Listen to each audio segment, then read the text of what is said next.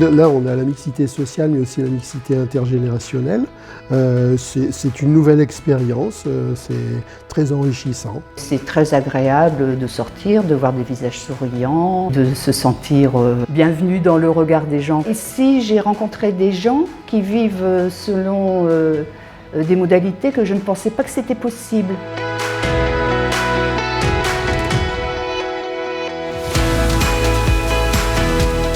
L'habitat participatif, c'est aussi la mutualisation des savoirs, des avoirs, et aussi partager ses fatigues. Il y a aussi les personnes plus âgées qui sont tout à fait capables de prendre en charge des gardes d'enfants.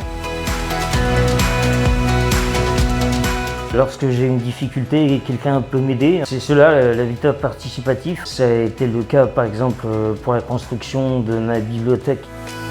Ici, je me sens pleinement dans la vie collective.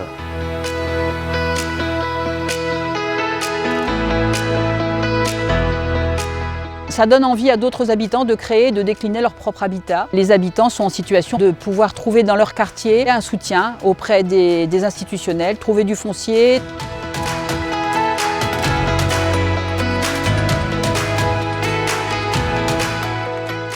Alors, dès le début du projet, les futurs locataires ont été intégrés au même titre que les futurs propriétaires à l'élaboration du projet avec les discussions sur l'architecture, sur l'usage des locaux communs. Le bailleur a mandaté les locataires pour la gestion de l'immeuble au même titre que les propriétaires pour la gestion courante de l'immeuble. Ce modèle novateur d'habitat participatif a inspiré le bailleur et a été reproduit dans 2 autres habitats en projet sur l'île.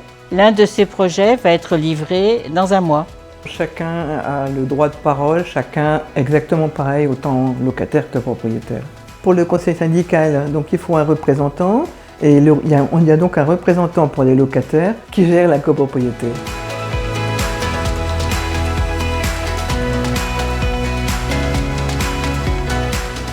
Ça, c'est les grilles qui parlent, manifestation qui va nous montrer un peu, qui va nous faire rencontrer un peu les gens du quartier, qui va montrer un peu notre projet.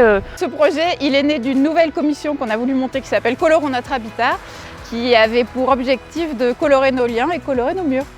Les fenêtres qui parlent, c'est aussi participer à un projet dans le quartier. On a voulu faire un projet avec un graffeur et les jeunes du quartier sont venus graffer. Les passants s'arrêtent, regardent et puis en fait maintenant ils nous connaissent.